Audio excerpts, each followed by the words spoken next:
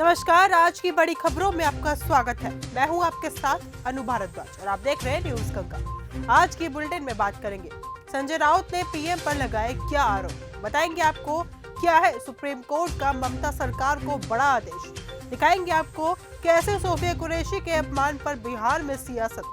Bulletin के आखिरी में देखेंगे यूएई में ट्रंप का अनोखा ढंग से स्वागत। लेकिन दिन भर की तमाम खबरों से पहले एक नजर सुर्खियों पर। कोर्ट की फटकार का एमपी पुलिस पर कोई असर नहीं, विजय शाह को श्री से संबोधित।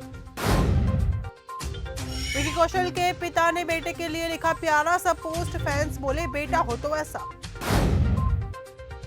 आईएमएफ को रोका क्यों नहीं, पाकिस्तान को मिले लोन पर अपने ही देश में घिरे ट्रंप। नीतीश कुमार ने पिंक बस को दिखाई हरी झंडी।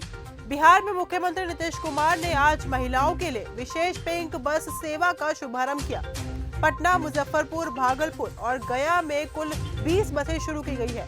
इन बसों में सीसीटीवी और जीपीएस और अलार्म जैसी सुरक्षा सुविधाएं दी गई है। हालांकि महिला ड्राइवरों की कमी के कारण फिलहाल पुरुष ड्राइवर ही बसें चला रहे हैं।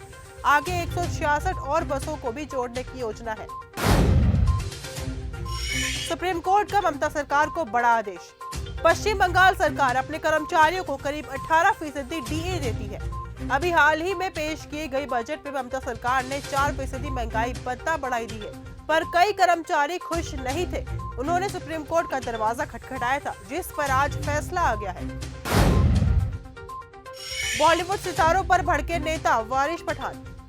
भारत और पाकिस्तान तनाव पर देश के लगभग सभी लोगों ने अपनी अपनी राय रखी है। मुद्दा चाहे पहलगाम आतंकी हमले का हो या फिर उसकी जवाबी कार्रवाई ऑपरेशन सिंदूर का, वही बॉलीवुड गलियारों से खास आवाज न उठने के कारण कई तरह के सवाल पूछे जा रहे हैं। वारिस पठान ने ताजा बयान में ऐसे ही तमाम सेलिब्रिटीज को घेरा है। संजय राउत ने पीएम पर लगाए कई आरोप। संजय राउत ने भारत पाकिस्तान सीजफायर के बाद प्रधानमंत्री मोदी के विदेश नीति पर गंभीर आरोप लगाए हैं। उन्होंने ट्रंप की मध्यस्थता के दावों को भी चुनौती दी है और मोदी सरकार पर अमेरिकी दबाव में काम करने का आरोप लगाया। राउत ने अपनी आगामी पुस्तक का भी उल्लेख किया। पति ने छत से पत्नी को उल्टा लटकाया। घटना उत्तर प्रदेश के बरेली की है। यहाँ एक पति ने अपनी पत्नी को छत से उल्टा लटका दिया। पत्नी की चीख पुकार सुनकर पड़ोसियों ने उसे बचाया और घटना का वीडियो सोशल मीडिया पर वायरल हो गया। सोफिया कुरैशी के अपमान पर बिहार में सियासत। मध्य प्रदेश सरकार में मंत्री और बीजेपी नेता विजय शाह ने कर्नल सोफिया कुरैशी को अपने एक बयान में आतंकियों की बहन बताया था। इसके बाद से ये मामला तूल पकड़ता नजर आ रहा है। अब बिहार में भी सियासत शुरू हो गई है। शुक्रवार को पटना में जगह जगह पोस्टर लगाकर विरोध जताया गया है।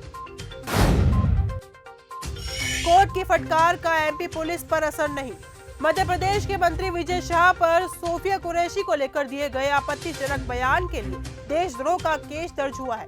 हाई कोर्ट के आदेश के बाद ये केस दर्ज किया गया है, लेकिन पुलिस की कार्रवाई में देरी और एफआईआर में श्री विजय शाह लिखने से सवाल उठ रहे हैं। कांग्रेस ने इस्तीफे की मांग की है और पूर्व सीएम उमा भारती भी इस मामले में मुखर है। उमर अब्दुल्ला के बयान से भड़की महबूबा मुफ्ती। जम्मू कश्मीर में तुलबुल नेविगेशन प्रोजेक्ट को लेकर मुख्यमंत्री उमर अब्दुल्ला के बयान से सियासी विवाद खड़ा हो गया है। पूर्व मुख्यमंत्री महबूबा मुफ्ती ने कहा कि पानी जैसी आवश्यकता और जीवन देने वाली चीज को हथियार बनाना अमानवीय और दुर्भाग्यपूर्ण है। 700 रुपए के लिए व्यापारी को मारी गोली। ग्वालियर में एक 700 रुपए के लेन देन के विवाद में एक ईंट भट्टा व्यापारी को गोली मारकर हत्या कर दी गई। इस घटना के बाद ग्रामीणों ने सड़क जाम कर दिया। पुलिस ने मुख्य आरोपी स्कूल संचालक को गिरफ्तार कर लिया है और एफआईआर दर्ज की जा रही है। गांव वालों ने बुलडोजर कार्रवाई की मांग की है। 48 घंटे में 6 आतंकी ढेर। जम्मू कश्मीर में सेना ने सफल ऑपरेशन में 48 घंटों के भीतर 6 आतंकवादियों को मार गिराया है। पुलवामा और शोपियां में हुए मुठभेड़ों में जैश ए मोहम्मद और लश्कर ए तैयबा के आतंकवादी मारे गए हैं। स्थानीय लोगों के सहयोग से सुरक्षा बलों ने सफलतापूर्वक आतंकियों का पता लगाया और उन्हें ढेर कर दिया, लेकिन अभी भी 8 आतंकवादी फरार हैं, जिनकी तलाश जारी है। अमिताभ की फिल्मों के लिए 3 किलोमीटर तक लगी थी लाइन। अमिताभ बच्चन जब बॉलीवुड में खुद को बतौर स्टार साबित कर चुके थे, तब उनकी बहुत तगड़ी फैन फॉलोइंग थी। 70 के दशक में बॉलीवुड में एडवांस बुकिंग और अर्ली शो का ट्रेंड भी उन्होंने ही शुरू किया था। कहा जाता है कि बिग बी की फिल्मों के लिए फैंस लंबी लंबी कतारें लगाते थे और भीड़ को काबू करने के लिए पुलिस तक को सड़क पर उतरना पड़ता था। भारतीय सेना की तारीफ करते नहीं थके कुणाल खेमू। पाकिस्तान और आतंकवाद के खिलाफ भारतीय सेना की जवाबी कार्रवाई ने हर भारतीय का सीना गर्व से चौड़ा कर दिया है। ऑपरेशन सिंदूर के जरिए भारत ने पाकिस्तान और आतंक के मुंह तोड़ जवाब दिया है। बॉलीवुड एक्टर कुणाल खेमू ने भी हमारे वीर जवानों को सलाम किया है और साथ ही देश के नागरिकों को भी सख्त संदेश दिया है। विकी कौशल के पिता ने बेटे के लिए लिखा पोस्ट। आज विकी कौशल का बर्थडे है। विकी भी लगभग एक फिल्मी बैकग्राउंड से आते हैं। उनके पिता श्याम कौशल एक एक्शन स्टंट डायरेक्टर हैं, लेकिन विकी आज भी जिस मुकाम पर है वहां वो अपनी ही पूरी मेहनत से पहुंचे हैं।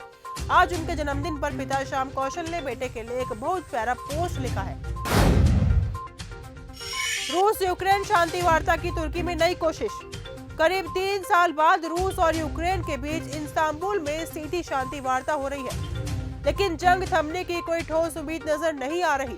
यूक्रेन ने उत्तर स्तरीय प्रतिनिधि मंडल भेजा है, जबकि रूस की टीम अपेक्षाकृत काम प्रभावशाली मानी जा रही है। राष्ट्रपति पुतिन खुद इस प्रक्रिया से दूर है। यूएई में ट्रंप का अनोखे ढंग से स्वागत। राष्ट्रपति ट्रंप ने गुरुवार को यूएई का दौरा किया। इस दौरे के दौरान राष्ट्रपति ट्रंप का अनोखे अंदाज में स्वागत किया गया। जिस समय ट्रंप राष्ट्रपति महल में दाखिल हुए तभी महिलाओं ने ट्रेडिशनल डांस अल अयाला परफॉर्म किया था। महिलाओं ने सफेद रंग का गाउन पहन रखा था और ट्रंप की बीट पर वो कुछ कविता पढ़ते हुए अपने लंबे बाल फ्लिप कर रही थी। तो फिलहाल आज के इस बुलेटिन में सिर्फ इतना ही। देश और दुनिया की तमाम खबरों के साथ ऐसे जुड़े रहने के लिए देखते रहिए न्यूज़ गंगा।